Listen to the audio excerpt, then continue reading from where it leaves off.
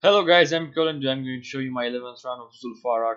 I reset it right now before pressing the button to start the recording, but whatever. So this farm is located in Kalimdor, Azeroth Kalimdor, and right here in Tanaris, right here. And I managed to finish 10 runs in 52 minutes and 17 seconds. That concludes to about 5 minutes per run, but you can do it in like 4 minutes per run, and you're fine.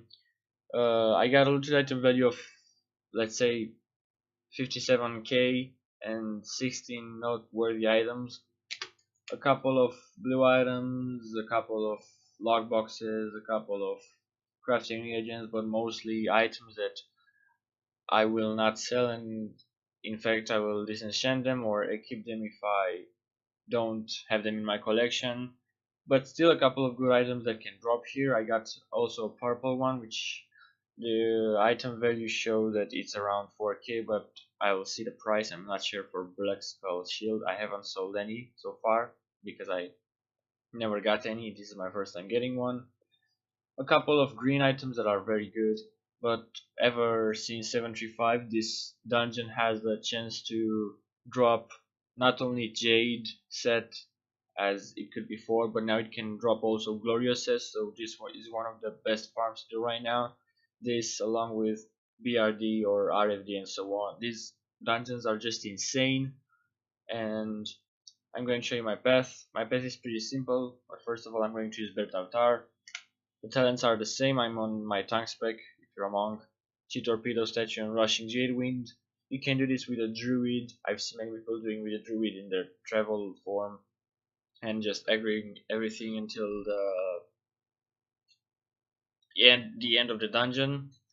And you can do it also with a Rogue, with the Monk, with the Warrior. But I think that the Monk and the Druid are the best for this. Yeah, I said Druid. Yeah, I know that in my best farming classes I put Druid on the last spot because that's where it belongs. But it's very good on this dungeon, in this dungeon, to just aggro everything with the travel form and so on. So we are going to skip a couple of bosses, you'll see, because you don't need to do them and you're wasting a lot of time. We're skipping around 4 bosses, I guess. I'm not sure, like not from this list, but there are also some more bosses that are not listed right here. You'll see. So we basically just take everything from the dungeon, and then because it's like on a loop, we'll just run back to the entrance after we kill them all. So as you know, if you watched any of my last videos, you know that I'm a hoarder, so I just gather everything and kill them in the last spot of the dungeon. You don't have to do it the same. You can just take all the packs in one room and kill them, but that's what I like to do. I like to see a lot of shiny corpses on the ground with loot.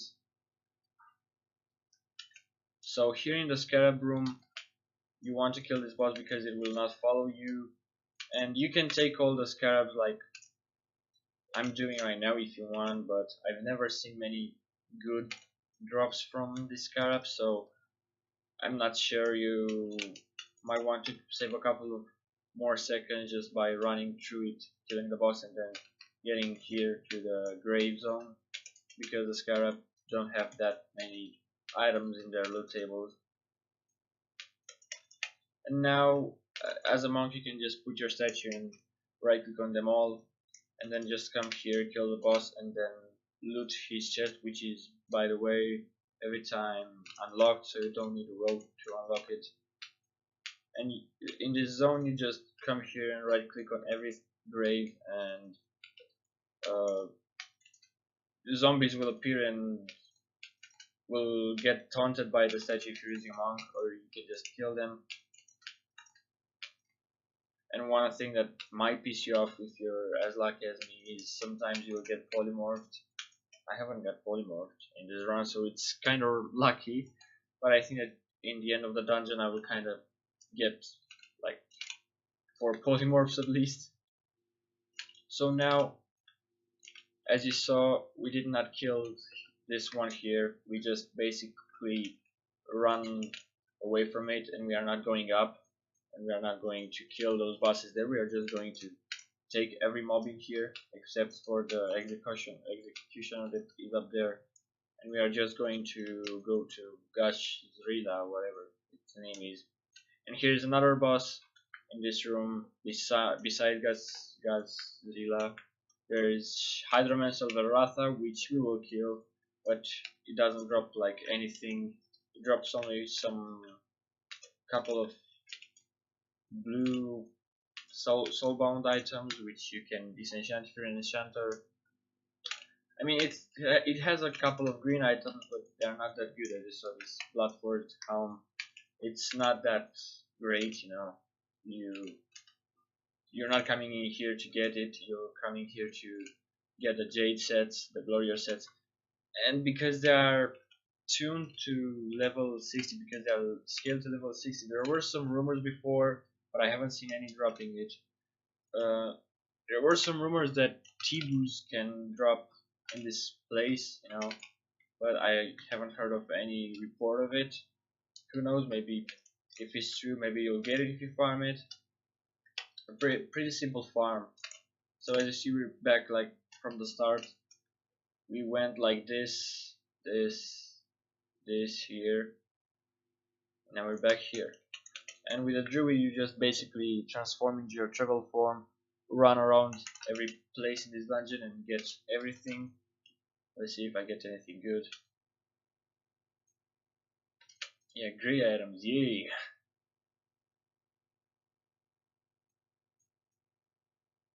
And nothing.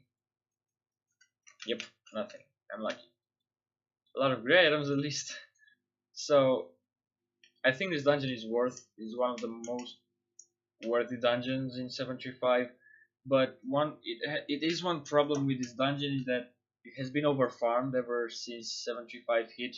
So even if you get anything from it, you know, you will stay a lot just trying to sell it. You'll have the item value in your auction house or in your own inventory and in your bank account, character, whatever, but you will not have it in your inventory. Like the gold, won't have the raw gold that fast. Only if you get, let's say, glorious sets or jade sets. Yeah, but you are not going to get uh, raw gold per hour. You'll get um, value per hour. You'll get looted item value per hour, which is insane. I got only 60k, but in other days I used to get 150k in only 1 hour, something like 12 runs or so.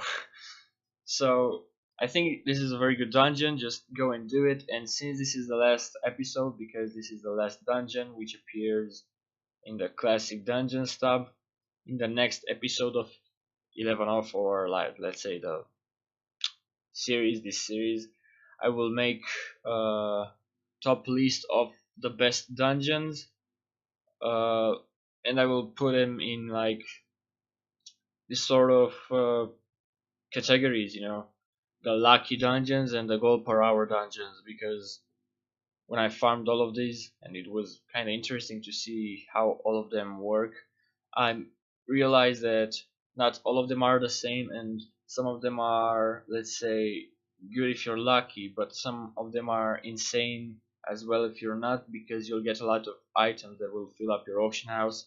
And I will try to put them in two categories. Again, lucky and gold per hour, insane. There are many dungeons that are good if you're lucky. I'm not remembering any right now. There are many that have an insane amount of gold per hour, such as Zul'Farrak or Blackrock Depths, you know, dungeons like this. And there are, I remember a couple of lucky ones now. Those are Uldaman, Scarlet Monastery, Scarlet Halls, Stratholm a bit, and Skullomans, because they still have a couple of unobtainable prior to 75 items in their loot tables. I'm not sure anymore. Uh, Again, gold per hour insane are Razorfen Downs or Razorfen Crawl, Dire Maul if you're lucky, and so on. I'll just make the list. You just subscribe to my channel, like my videos, and click on that little bell so you see whenever I post that. And I will post in the description the links to every episode of 11 off Is It Worth, and I will also make a playlist for you to watch so it's easier for you to watch. And I hope you enjoyed this episode. Don't forget to like, subscribe, and share, and don't forget, just follow my channel for when the episode will come out, and see you later.